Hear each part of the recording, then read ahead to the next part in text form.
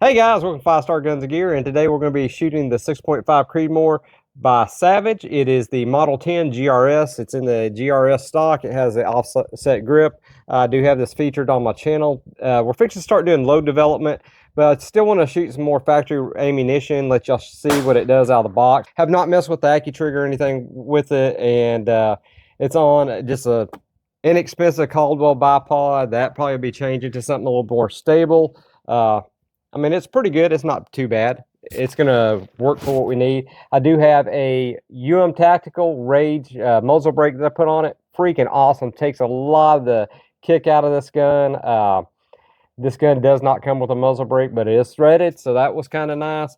So we're going to run some ammo through. We're going to start off with the Fiyoshi range or Field Dynamics. It is the pointed soft point, 129 grain, and it's rated at 2820 feet per second on this one. So we're going to shoot 3 rounds, see where we're at, and then we're going to move on. We got 2 Hornady offerings. We're going to actually run through here. We're going to see our groups. We're going to measure them up when we get to the shop, and I'll let y'all know how they perform. So what we're wanting to do here is just do some shooting. I'll let the gun go cold, and so it's going to have a cold bore shot on every group, and I just want to see what it does out of the box, even with a cold bore. So we'll measure the groups, and we might do another round of them with the barrel warmed up and see what happens there. We'll see. I've got a little bit of fire forming I need to do before we start doing the load development on this gun, so got to get some brass. Background, sorry, my grandson's out here with me. He is shooting a couple 22s, so if you hear some steel ringing or him shooting at some paper targets, that's what he's doing over there. So have to get him out, shoot, do a little bit of shooting before he goes back to school in a couple weeks. So, all right, guys, let's get started on this. Let's get started first with the Fiyoshi.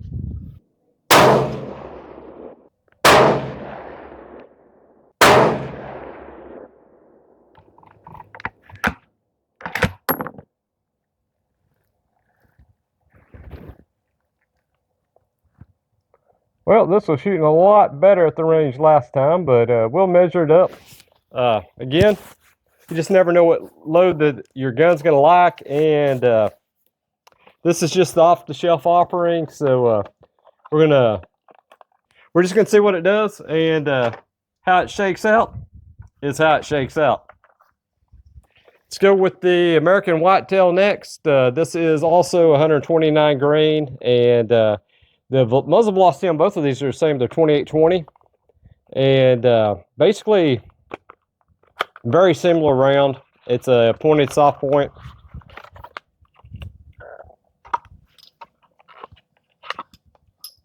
Go ahead and run these through and see how it likes it.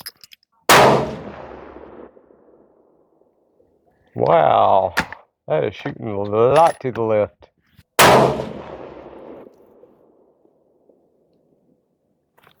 Well, I don't think I pulled it.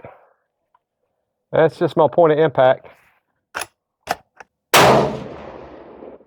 The Fiyoshi Field Dynamics and the American Whitetail, it may not like them.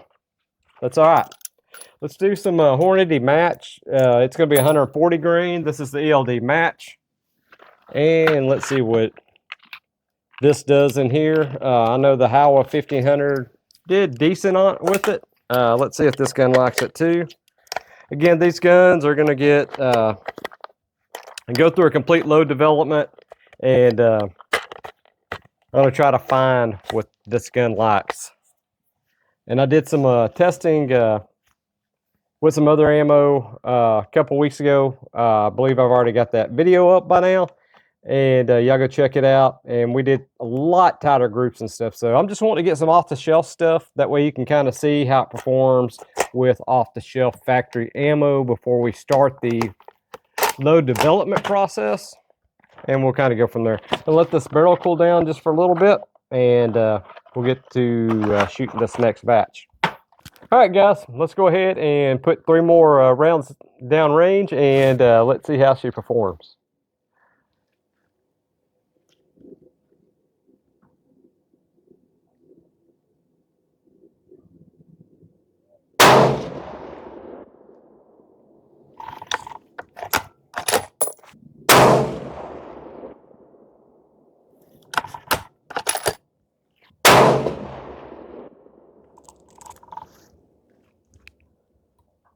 Oh yeah, it likes the ELD match. That is pretty nice.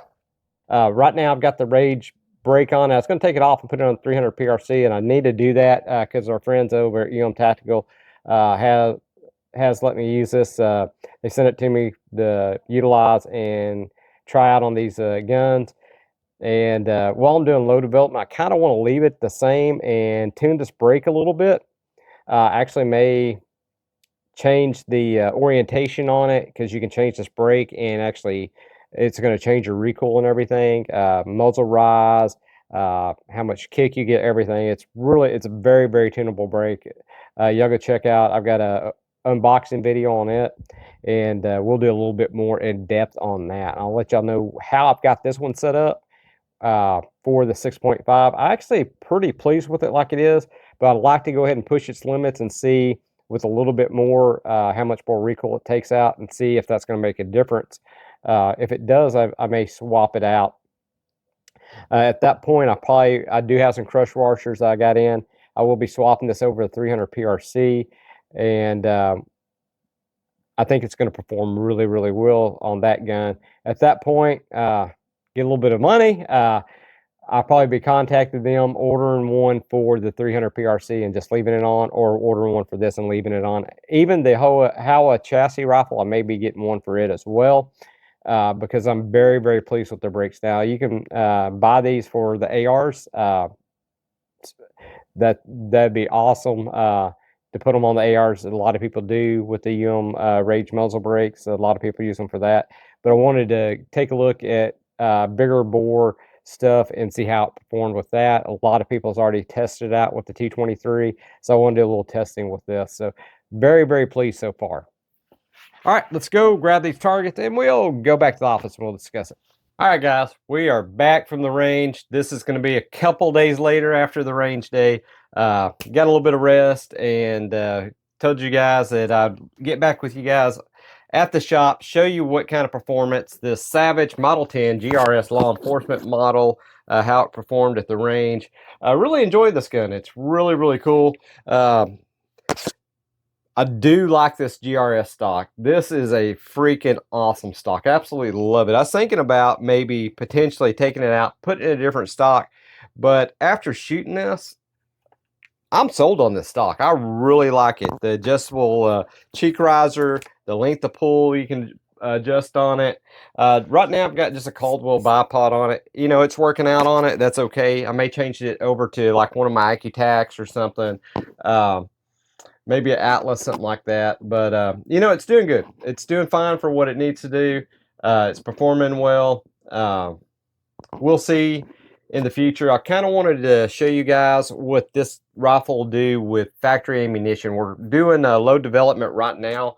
Matter of fact, I have a ton of ammo in this ammo box right here. It is full of 6.5 Creedmoor.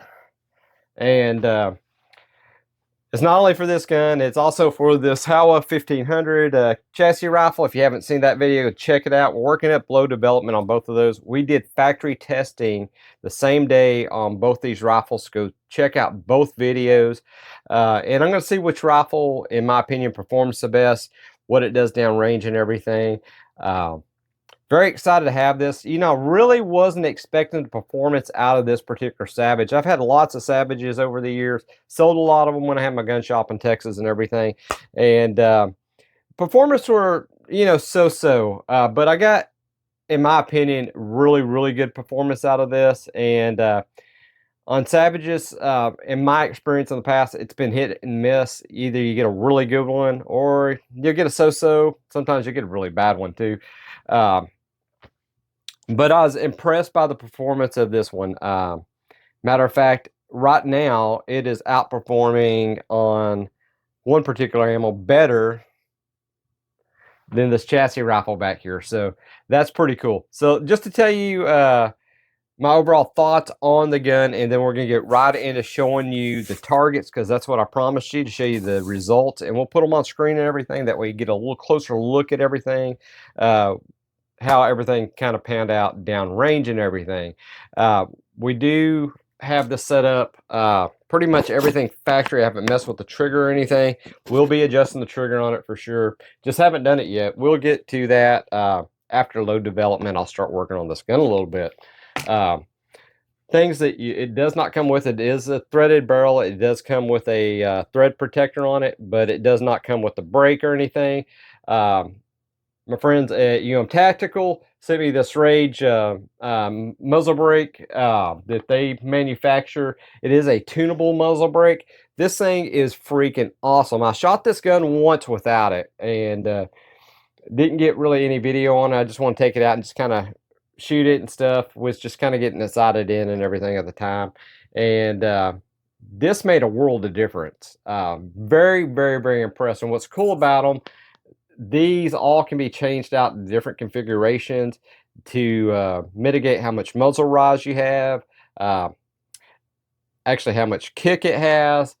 This brake is awesome. So you go check out the guys at Tactical if you're interested.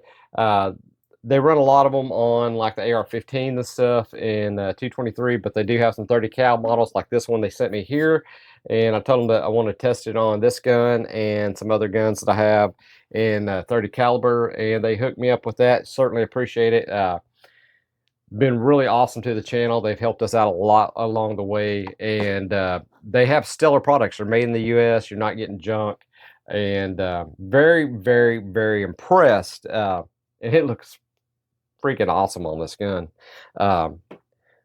Not only does it look good, it performs really well. Only other thing that I've done to this gun is put the Caldwell bipod on it. It's performing fine for what we're doing for our testing.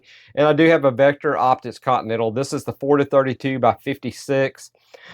This is a second focal plane scope. It's not a first focal plane, something that I may change out in the future. It is a 30mm tube. This does have Vector Optics German engineered glass in it, so the glass clarity is really nice in it. I really like that. It does have a fine crosshair in it. Some people like it, some people hate it. You've got to decide if it's for you. For close-in target work all the way out to 500 yards, I don't think it's going to be a problem. Doing 1,000 yards with this, I may lean towards a first focal plane, and so this may be getting swapped out. This may be getting put on something else here on the channel. Another gun that we have that we don't need a first focal plane scope on. I've got here was my first shots, and this was with match ammo, and it shot a .438 at 100 yards. Half MOA group. Awesome. And once I had that dialed in, that was just a 3-shot group. 2 of them went in the same hole. Really good. And then I shot the Fiyoshi. This is where things kind of fell apart. And I only shot 3 rounds in this gun out of the Fiyoshi. And initially, and I was sick of the results. And we'll put this on here. This was a 3.07 group at 100 yards. Horrible. Did not like that. And maybe we should have shot some more. Shooting 3 rounds doesn't tell you a whole lot. There's a lot of factors that could have been involved in that, but it is what it is. That's the results that shook out. Then we went to the Hornady American Whitetail. It shot a 1.996, a 2-inch group basically, right there.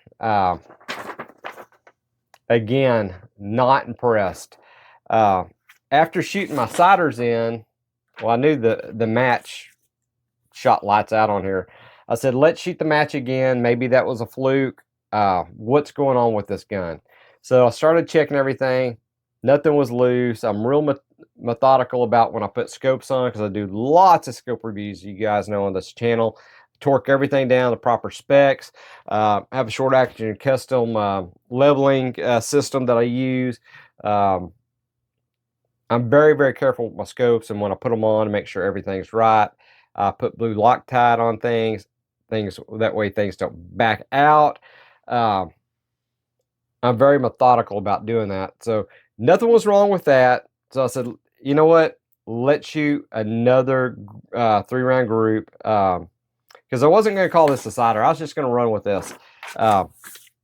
Let's do 3 more rounds, see what happens. So I shot 3 more rounds, a match in 140, the LD match, and we got a 0.694. 0.694. So less than 3/4 of an inch group with match Hornady. So it likes the match. So with that in mind, I went ahead and started doing my load development in 140 and also 147 grain Hornady ELD bullet. So I'm using H4350 powder is what I'm going to use in this, so y'all stay tuned for that video. I don't know if I'm going to do the 140 and 147 load development video all at one time because I have a lot of ammo to go through. I'm going to chronograph everything. I may just do the 140s all at once, do a video, and change over to the 147s. I'm going to do that the same as a Howa 1500. I'm using the exact same load development process. Seating my bullets at 2.8 inches flat on there.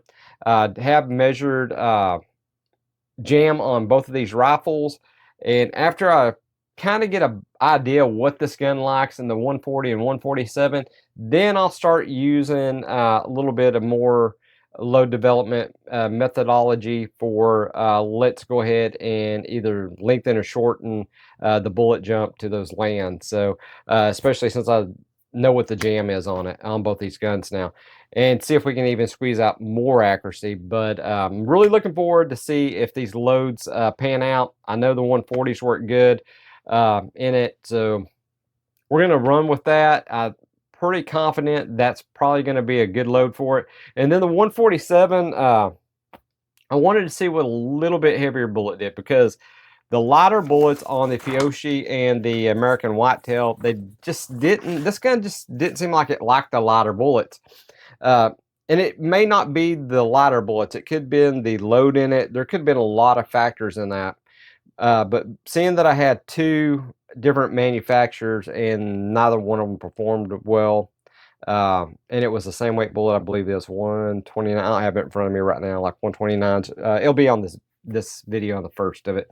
Anyway, I was a little disappointed in that, but it's okay. We're going to find out what it likes. So y'all stick with me through the load development process. Looking forward to it. And then I'm going to decide which one of these guns I like the best. And I'm going to let y'all know which my takeaway, the pros and cons to both of them, and why I would choose one over the other.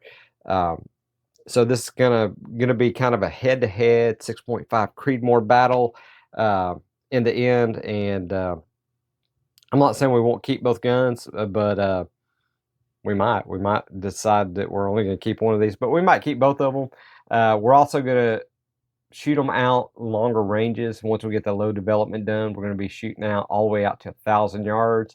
And the results may be different for distance shooting for each gun. So we're going to check that out too and see if further down range, how everything equates. I'm really digging this Savage Model 10 GRS, and I do not regret buying it. I think if you was looking for a gun right now, if I was to give my honest opinion, if you was looking for a gun that you could go shoot pretty darn accurate with, go get you some match ammo, run with it. I think you'd have a good platform to shoot, and you wouldn't have any issues. We're going to see how everything pans out on the load development. We're going to chronograph everything, and that's why it's probably going to be a couple of videos for each load. That way y'all can kind of see how everything pans out on these. So y'all stick with me. I'm going to try to get to the range tomorrow. I don't know if I'm going to initially do the first load development video on this gun or the 1500. It doesn't really matter to me. I'll do one or the other, and y'all see one of them come out first, and hopefully a couple days later you're going to see the next one come out. I'll probably do the 140s first, and then I'll jump to the 147, see if there's any difference in there, and see if there's any performance. Maybe one is better than the other. We might find out one gun likes 140s, one gun likes 147s. We might find they don't like either one of them. So that's all part of the load development game. Once we get our load data and everything back in, that way we can start tuning our load. We'll see what we think it's going to run the best in this, and we'll fine tune everything from there. So y'all stick with me, guys. This Rage muzzle brake is freaking awesome on here. Hopefully I can get one in for the 1500 Howa. And I'm probably going to be pulling this one off after I get done with load development on this particular gun, and throwing it on the 300 PRC because I really want to see how it performs on there. And if I like it on 300 PRC, I'll probably be buying one for the 300 PRC because I'd like to have one on the 300 PRC. I'd like to have one on this, and I'd like to have one on this Howa. That way I'm not swapping back and forth, and going through a bunch of crush washers, wasting those, swapping things back and forth. And I don't like, once I got something on, I don't like having to pull it off if I don't have to. With this, I'd prefer leaving it on the gun that it's on, especially as well as this gun's performing. I hate to mess with it, so might wind up just ordering one of those in for the other guns and just get it over with and be done with that. So far, being a tunable brake, freaking awesome. I certainly appreciate y'all sticking around, checking out the Savage Model 10 GRS Law Enforcement Edition. Again, awesome stock. I know a lot of you guys are like, you can't stand the looks of this offset grip, but I cannot tell you how comfortable this thing is to shoot. GRS rifle stocks has something they're onto that works out really good. Y'all can go check out their stocks. They're made overseas. I know they're sold in the US. They got lots of distributors and stuff. They make a stellar product. That was part of this gun. I did not buy it separate. It actually came as part of this particular rifle setup. But you can get them for a lot of different rifles and stuff. So go check them out. Freaking awesome product. Very pleased, very pleased. Guys, if you're subscribed, thank you so much. If you're not subscribed, please consider subscribing, hitting that thumbs up. And as always, God bless, and I'll catch y'all in the next episode.